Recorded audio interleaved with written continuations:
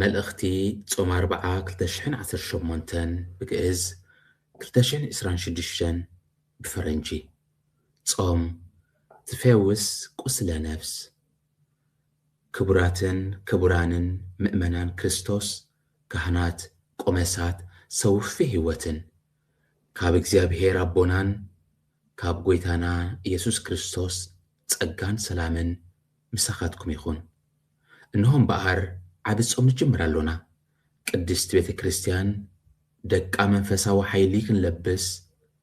ናብ ብርሃነ ትንሣኤ እና ማዕዶና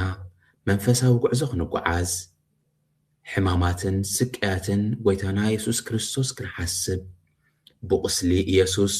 ቁስልና ክንፍውስ ምስ ክርስቶስ ክንትንስእ ብግቡእ ብዘይ ግብዝና ክንጸውም ክንጽልን ክንምጽውትን መንፈሳዊ ውግእ ተዋጊእና ክንክእል ምእንቲ ነዝዓቢ ናይ ንስሓን ናብ እግዚአብሔር ብፉሉይ እንምለሰሉ ቅዱስ ጊዜ አሰናደትልና አላ እዚ ጊዜ እግዚአብሔር አቦ በምሕረቱ ናብኡ ክንምለስ ይጽውዓና ኣሎ ጾምና ካብ ልሙድ ስርዓት ወፂኡ ናብ ውሽጣዊ ህይወትን ናብ ስቃይ ሕዋትና እንጥምተሉ ጊዜ ክኸውን ይግባእ ጾም ትፈውስ ቁስለ ነፍስ ወታጸምም ኩሎ ፍትወታተ ዘስጋ ቅዱስ ያሬድ ጾም ናይ ነፍሲ ቁስሊ ትፍውስ ናይ ስጋ ትምኒት ድማ እተጥፍያ ይብል ጾም ብሓጢአት ብኽፍአት ብቕንኢ ምኽንያት ንዝቆሰለ ነፍሲ ትፍውስ ከመይ መንፈሳዊ ሕማም ንዝሓመመት ነፍሲ ብንስሓን ብጾምን ጸሎትን እያ እትፍወስ ጾም ናይ ንብዓት ምንጭ እያ በዲለ ብዝብል መንፈስ ንስሓ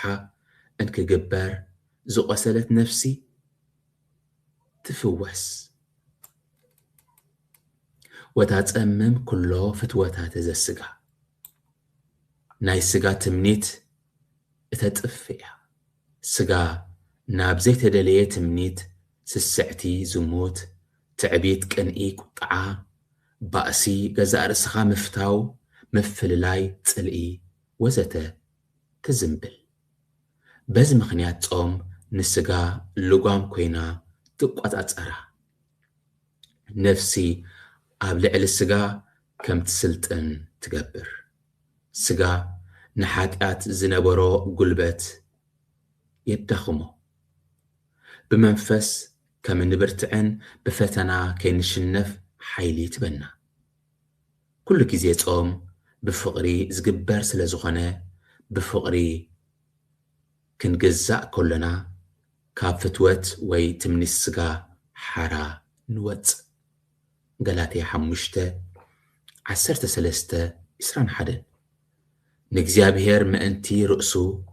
ንብጻይናን ንገዛእ ርእስናን ድማ ምእንቲ እግዚአብሔር ኢልና እንክነፍቅር ኩሉ ትእዛዝን ሕግን ንፍጽም ንጹም ጾመ ወናፍቅር ቢጸነ ወነትፋቀር በበይናቲነ ኣብዚ ብምሉእ ሕጊ ተጠቕሊሉ ኣሎ ጾመ ድጓ ገላትያ 5:14 ትምህሮሙ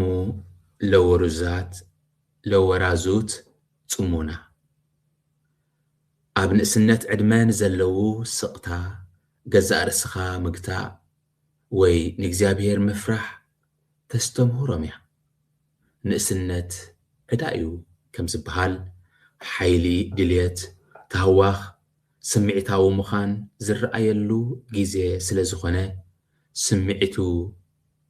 ገዚኡ ክኽእል ጾም ልጓም ኮይና ተግርሮ ረጊኡ ንኸስተውዕል ትሕግዞ ብጽሞናን ትዕግስትን ከም ዝህነጽ ትገብሮ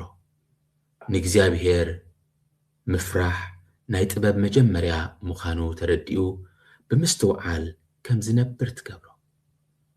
ንእግዚአብሔር ምፍራሕ ንትእዛዙ ምሕላው እዩ እቲ እንገብሮ እቲ ክንገብሮ ዘይግባአና ክንገድፎ ክንገብሮ ዝግባአና ድማ ክንፍጽሞ እንከሎና እዩ። ቅዱስ ያሬድ ይጹም ዓይን ይጹም ልሳን እዝንኒ ይጹም እምሰሚዓ ህሱም ይብለና ደጉዓ ዘቅዱስ ያሬድ። ክቡራንን ክቡራትን እዚ ቅዱስ ጊዜ ንህይወትና ዝልውጥ ንልብና ዘረስርስ ናብ ብርሃነ ትንሣኤ ዘብጽሕ ይግበረልና። ቅድስቲ ድንግል ማርያም ኣብ ኩሉ ጉዕዘና